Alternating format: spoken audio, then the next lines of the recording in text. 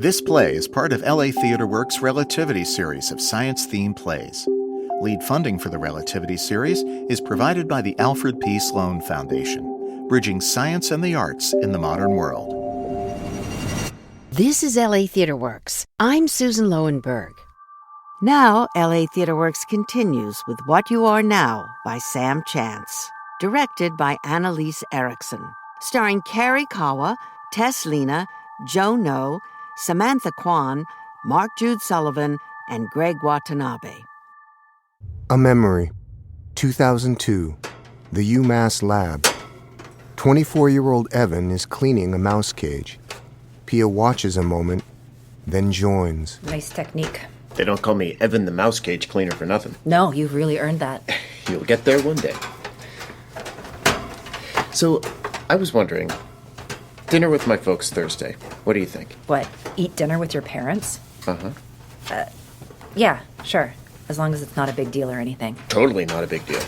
We have dinner together every Thursday, so you'd just be joining in the weekly ritual, thereby significantly elevating said ritual. What, like every Thursday night you have dinner with your parents? Of course, there are weeks it doesn't work out, but as a general rule... That's so cool. Yeah, we're pretty close. We talk about everything. So prepare for no boundaries. Pretty much. Everyone brings something special, some contribution to the meal. I was planning to bring egg tarts from this Portuguese bakery on Gorham. My parents are really excited to meet you. Oh, nice work.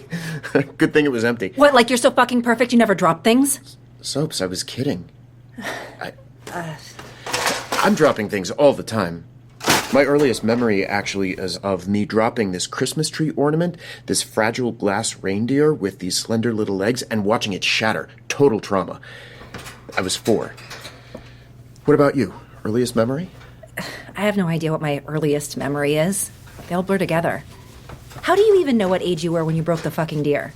My parents told me. I do have this one memory. Not a first memory or anything, just something from growing up that runs through my head sometimes.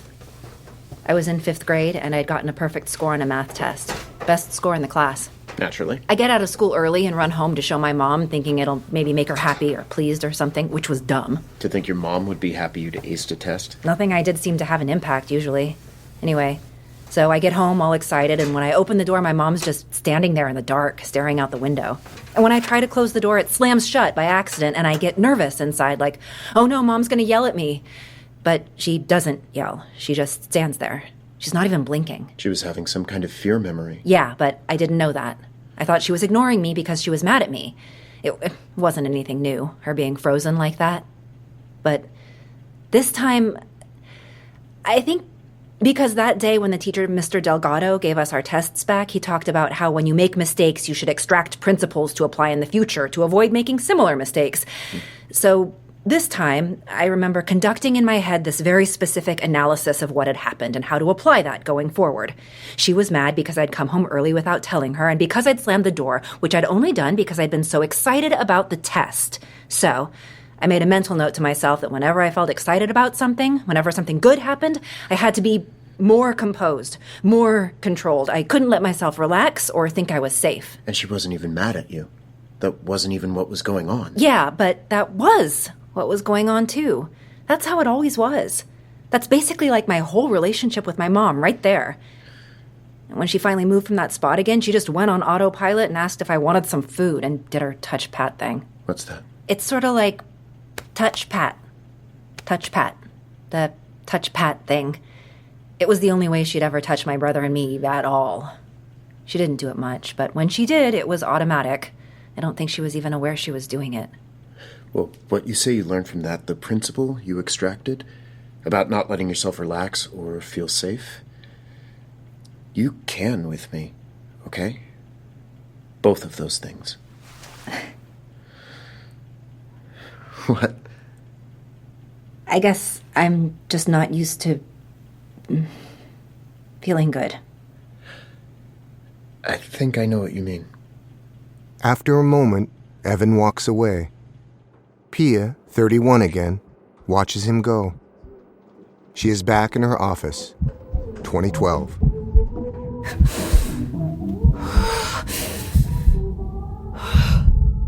2002, the kitchen.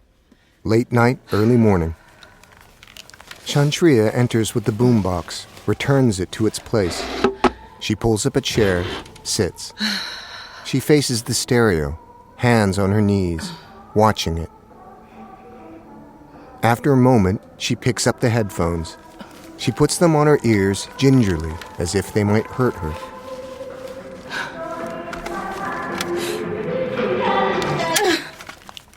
Chantrea tears the headphones off.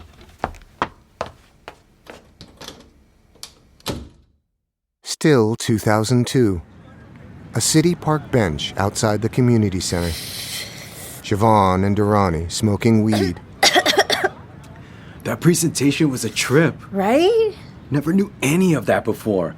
I mean, the U.S. bombing the shit out of Cambodia? Like a war crime perpetrated by the U.S. government. Know what I'm saying? Mm-hmm. That's what put the Khmer Rouge in power in the first place. Basically, yeah. And the U.S. still supporting them for so long. As the legitimate government. Even though they knew. Causing the war to keep going and making all of us have to flee the country and shit just to survive. That was them. The U.S. government doing that to us. And then they tell us to come here, right? Now that they made us into refugees and shit. But it's like we're dumped here with no support. Don't know the language or the rules. It's like, United States, you should be paying my family to be here. All our families. You caused this shit, dog.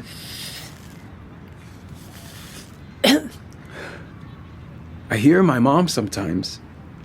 When she's sleeping, she has nightmares. And music? She can't listen to it. The sound set her off. I think the music makes her think of like bombs or whatever. Reminds her of her people getting murdered and shit. You know how they set up that meditation space in the center? I hear the monks talking to people who come in for help. They talk about these horrific nightmares they have every night. They talk about chronic physical pain, about feeling anxious all the time. They come to the monks for relief. And you know what the monks tell them? Meditate and shit? Visualize water. Imagine you're a fountain of love, and imagine love like water pouring out of you in all directions. My mom took me a few times when I was younger to get the water blessing. They infuse the water with flowers or whatever, but damn, that shit is cold when it hits you, know what I'm saying? Says it's supposed to clear your mind or something. Don't seem to help my mom too much, though. Of course it doesn't help. It's the stupidest fucking thing I've ever heard. Just feels like everyone's avoiding why people are in all this pain in the first place. I mean, shit happened, right? Some really seriously fucked up shit happened, so deal with it. Talk about it. Don't talk about turning into a fucking water fountain. I asked one of the monks about it. I was like, why aren't you guys talking to people about what actually happened? What is actually causing the pain? Because maybe that would help. He kept saying that his job is to get people to focus on the present, not the past. To teach equanimity, to teach that suffering is everywhere, that everyone experiences sorrow and injustice, so we should just accept life and try not to change or fight reality. What kind of bullshit loser approach is that? We should seek change. We should fight the reality we're in, when the reality we're in is fucked up, right? I'm like way too sober right now. I think the weed is wearing off.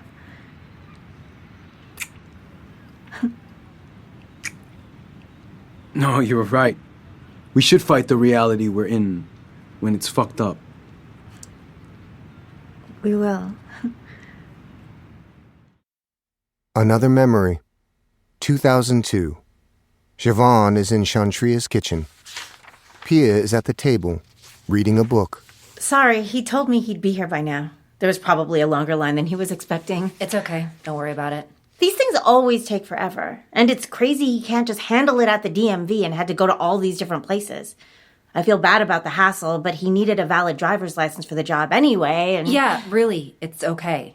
I don't mind. I was here anyway. I have to finish some reading. Right. Sorry.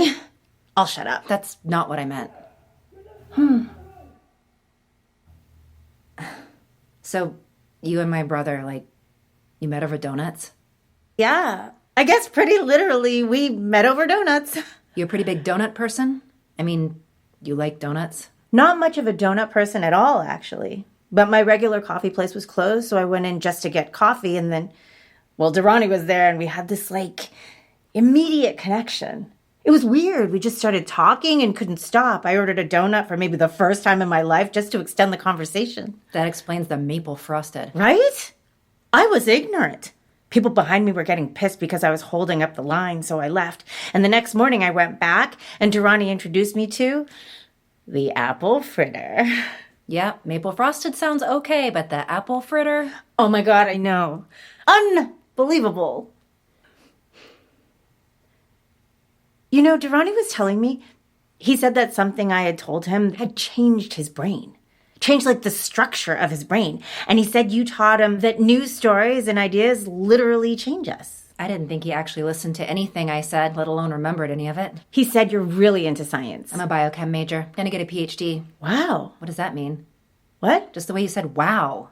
Like I'm deluded or something. Not all Cambodians from the acre get a job at Top Donuts when they drop out of high school. That's not what I was thinking. Not that there's anything wrong with working I mean, if you at really didn't think there was anything wrong with it, why would you be working so hard to help him get another job? Because he asked for help? I mean, he's 27. It makes sense that he'd want to transition into a job with more responsibilities. He told me you've been on him about that for years. Yeah, I mean, you're right. Sorry. It's okay. We're meeting under sort of weird circumstances here. Thanks again for letting me in. No problem. I mean, I think it's cool you're helping my brother out. How do you like it there, where you work? It's okay. It's fine for a job for now.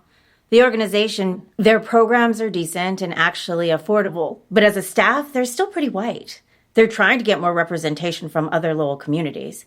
It'll be great if they hire Darany. What, so are you dating my brother because of, affirmative action or something? What? I'm Cambodian. Well, sort of. No, not sort of. I am. It's not a bad thing. Don't get offended or anything. I just mean you're, obviously not... Not what? Well, where did you grow up? Why? Is there something wrong with asking where someone grew up? It's a normal question. Connecticut? Where in Connecticut? Is this an interrogation? It's just... You say you're Cambodian, but you have a really different... Why are you even with my brother? You're not like him.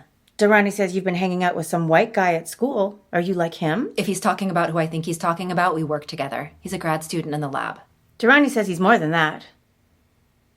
He also says you've never dated Cambodians. So we're 0.1% of the country. And a third of the population here where you live. He said you were never into Cambodian boys. Because the Cambodian boys I knew were fucking criminals. What? See? This is what I'm talking about. You growing up in Yale or whatever. You can't even imagine what it was like growing up here. All the boys in my school were in gangs. They weren't all in... they were. They had to be unless they wanted the shit beat out of them. My brother was coming home with a broken face every week until he got recruited into a gang and finally had some protection. You can't go around condemning an entire generation of kids. I'm not condemning them, but I mean, come on. I'm sure Darany didn't tell you. He spent half a year in prison because he was framed. What? You didn't know that? No, I knew. Oh. Where is he? I told him I'd let you in, but I didn't think I'd have to babysit for 2 hours. Babysit? That's what it feels like with you jumping at every sound. This neighborhood terrifies you. No, it doesn't. Well, something is setting you off. Darany, how much longer are you going to be? It's already been... What? Darany, what?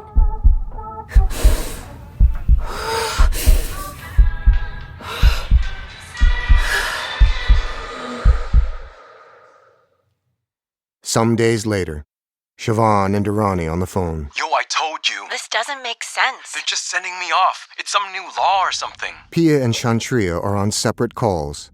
Pia on her cell with Evan, Chantrea on the landline with the owner of the restaurant where she works. I've called everyone else. I didn't know, Siobhan. What about your parents? Don't they know a lawyer? I tried the center, the temple, talked with everyone there. I've been here since I was 5. Soaps, I'm so sorry. I didn't even know I weren't a citizen. Know what I'm saying? I asked my dad. He said it doesn't look good. Your mom never made sure you got citizenship? Why wouldn't she? Oh, I don't know. Maybe because after watching all her homies get killed, she wasn't exactly prioritizing paperwork. They say it just happened with Nimol and Vuti. There's nothing they can do, but... No, there has to be. But I'm here. They're keeping me in detention and putting me on a plane in a few months, they said. A few months, Siobhan. There has to be something. My mom can't handle this. Let me be here for you. You own a restaurant. You know people. You have to get a lawyer. You have to get... There must be something. I don't got any rights. They don't even let a judge look at it. I can help make phone calls, pick up groceries. It's not in the criminal justice system. Know what I'm saying? Whatever you need. Because I'm not a citizen, and I got this conviction on my record. It's just an open and shut immigration case. Okay? Nimol and Vuti, you know their families. What happened with them? It don't matter, I already served my time. It don't matter, it was 9 years ago, that I've been clean since. Okay, Soaps? What kind of conviction, Darany? No one was hurt, and I did the time. I did the time, know what I'm saying? But they told us to come here. Yo, what's the point of serving your sentence if they're gonna treat you like a criminal after you do your time? If they're gonna treat you like a criminal no matter what? I'm still here, okay? Siobhan, you gotta help me. I can't go to Cambodia, know what I'm saying? I don't got nothing there. But what can I do? Chantrea hangs up. I have to go. They tell us, come here. We'll give you help. You can go there too. We can fight it from there. So we go. We come here. Fight the fucked up reality, right? But this isn't help. You said you wanted to go to Cambodia. This is a lot, Darany. Yo, this wouldn't even have happened if it weren't for them running a check on me. I did that because of you. You told me to apply for that job. I didn't know that you went to prison, Darany. I didn't know you broke the law. Like you never broke a law. You seem pretty comfortable breaking laws, you ask me. That's different. That's... Yo, the only difference is that you happen to be born here. You gotta help me, Siobhan. Please, do something. This isn't help. Siobhan, please. This isn't help. Promise me you'll go there. Siobhan, promise me you'll go. I'll do what I can. I have to go. This isn't help. This isn't help. Pia watches Chantrea from across the room. She wants to go to her, but doesn't know how. Mom. I called Siobhan. She'll know someone. We'll keep trying. Chantrea continues to stare, unmoving. Pia steps toward her, reaches her arm out, uncertain. Finally, she touches Chantrea's shoulder, then pats it. No response.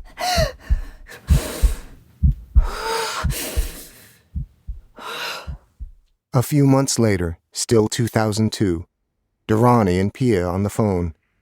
Darany, with Pia on speaker, is rolling up rice balls. So how's the fucking lab rats or whatever? I took some time off so I could spend more time with Mom. But Dr. Shea is letting me come back next month. He said he'd write me a letter of recommendation for school. You're in school. Medical school. It's my senior year. I'm graduating and stuff. I was thinking of applying to places in New York or Chicago. That's where the labs I'm interested in are, but now I think I should stick around here to be with Mom. Right. Yeah, it must be real tough for you. I never said it was tough for me. Anyway, so, yeah, I won't be going anywhere. How's that Evan dude? Okay, he's been trying to help out, I guess. He gets the groceries every week from Mom, you know. Right, that's cool. Just because he has a car, and, I mean, it's not. I'd rather it were you here doing you guys still hanging out or whatever? Siobhan, get back to you? Not yet. How is it over there? Do you like the city? It was fun at first. Felt like every moment was new, know what I'm saying? And then you realize you're not here for a few weeks on vacation or some shit. You're never going home. You're just here. You're here to stay. We don't know that.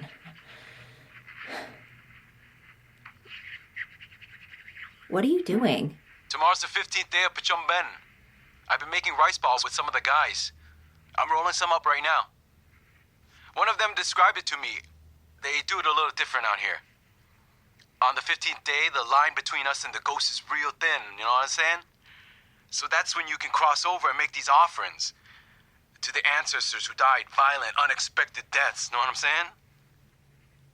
The ancestors, they got these tiny pinhole mouths and they're always suffering and shit, know what I'm saying? Always hungry. So we throw food at them to feed them. Know what I'm saying? Try and make them feel better. You bring the food to the temple, but you can also just throw them right out in the fields. I'd rather do it out in the fields because people are annoying as shit in the temples, know what I'm saying? The way they look at us, man. Yo, fuck them. People here, they fucking hate our guts, know what I'm saying? Look at us, see our tattoos, won't hire us for anything. We're worse than animals in Phnom Penh because we had this golden opportunity in America and we fucked it up. That's how they think of us, know what I'm saying? I thought people in Lowell hated us, but shit. That dude I told you about who coordinates the returnees, he says a lot of us here try to... we're a risk to ourselves. Know what I'm saying? Some of the guys, they can't handle it being here. Go off the rails. Know what I'm saying? Darany, don't... Hey, will you try Siobhan again for me? Whenever I try her, she's never around. I'll email her again. No, don't just email her. I'll call her again. No, she could miss the call. You gotta get a hold of her in person, Pia. Go to where she works or see if she's at the center. Tell her I need to talk to her. I mean, I really need to talk to her, know what I'm saying? So, Pia. Yeah. Okay. Hey, Mom said for you to call when she gets back from work, okay? I might be out. She said you keep not calling. That she keeps missing you. She just cries, Pia. Doesn't say nothing. Just cries. Someone should be feeding us. Know what I'm saying? Give us food to ease our suffering and shit. He takes a rice ball, throws it out the window. Eat, motherfuckers. Eat. This is LA Theatre Works' production of What You Are Now by Sam Chance, directed by Lyse Erikson. Our story continues next time. I'm Susan Loewenberg, producing director of LA Theatre Works.